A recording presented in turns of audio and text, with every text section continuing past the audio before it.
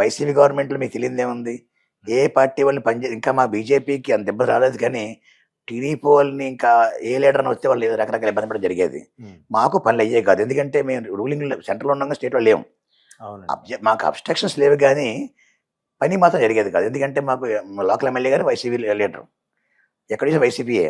మేము ప్రయత్నం పనిచేసేవాళ్ళం, కానీ నాకున్న ఇంట్రెస్ట్ని పెట్టి, నాకున్న పబ్లిక్ రిలేషన్స్ పెట్టి చాలా వరకు చిన్న చిన్న పనులు చేయగలిగాను. మండలాల్లో కూడా బాగా చెందానండి. కానీ అంటే మా మా ఆర్గనైజేషన్లో ఏముంటుందంటే వాళ్ళకి ఈ స్ట్రక్చరింగ్ బాగా చేయమంటారు.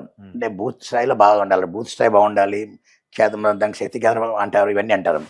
బూత్ స్థాయిలో మనం రావాలంటే మేము వెళ్ళి ప్రతి బూత్లోని మీరు ఒక అందరిని జాయిన్ చేసుకోవాలంటే వాళ్ళు ఏమనేవారంటే, సార్ మేము మీ పార్టీలోకి వచ్చేస్తే మాకు ఉన్న ఫెసిలిటీస్ పోతాయి కదా, వైసీపీ గవర్నమెంట్ వెంటనే మాకు పెన్షన్ కట్ చేసేస్తారు, లేకపోతే ఇది కట్ చేసేస్తారు, మా బెనిఫిట్ రావు, సో మనకు రూలింగ్ వచ్చినా చేస్తాం కానీ అని వాళ్ళు ఎప్పుడు కూడా మేము పని చేసేవాళ్ళం, కానీ రావడానికి మా ఫేవర్ ఉండేవారు, డైరెక్ట్ అయ్యేవారు కాదు.